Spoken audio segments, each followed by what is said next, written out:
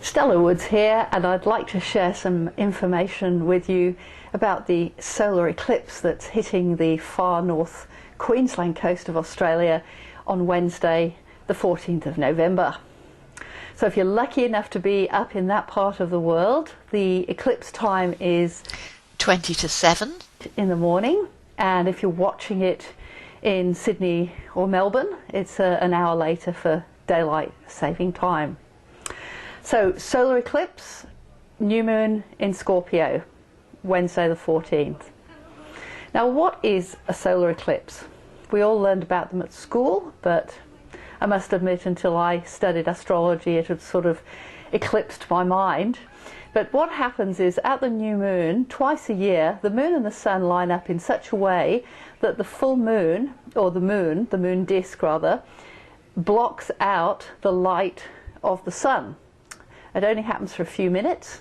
It's a very special occurrence if you are able to see it live.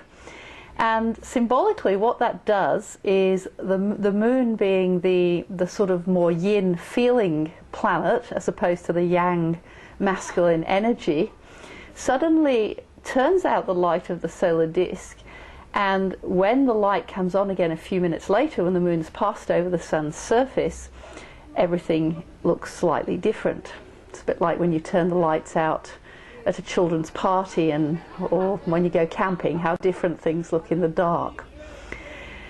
And to compound the effect of the sort of the matter coming up from the darkness, from the unconscious, we also have Mercury retrograde at the time of the eclipse, and that is noted as a time when people have epiphanies, insights, sudden flashes of great ideas, or realizing, why we're sort of realizing the meaning behind something.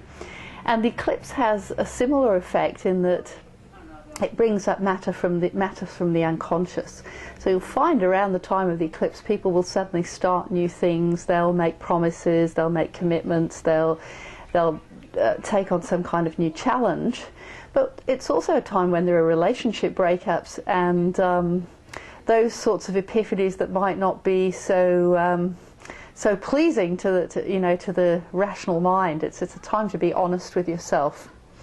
Now, if we add Scorpio into the mix, Scorpio being the sign of privacy, secrecy, sex, death and rock and roll and all those sorts of things, often the material coming up can be fairly confronting because we're dealing with the dark side of life and some of those less desirable human characteristics like envy, jealousy, competition, the sort of thing. So Mercury retrograde with the solar eclipse and the fact that it's in Scorpio makes this a particularly potent eclipse.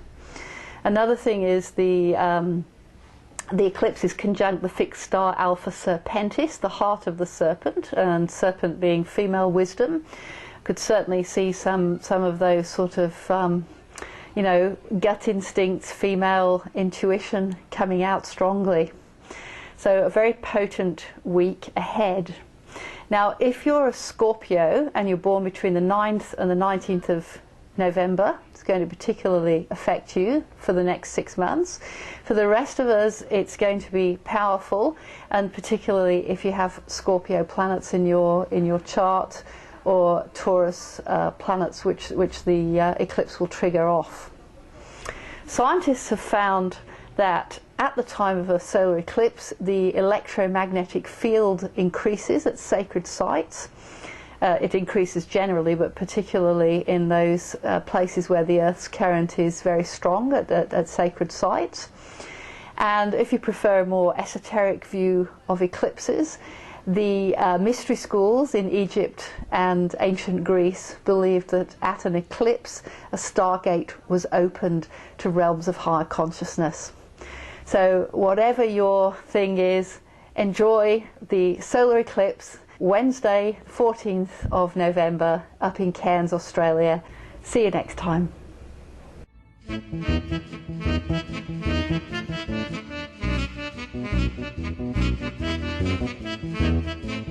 Bye.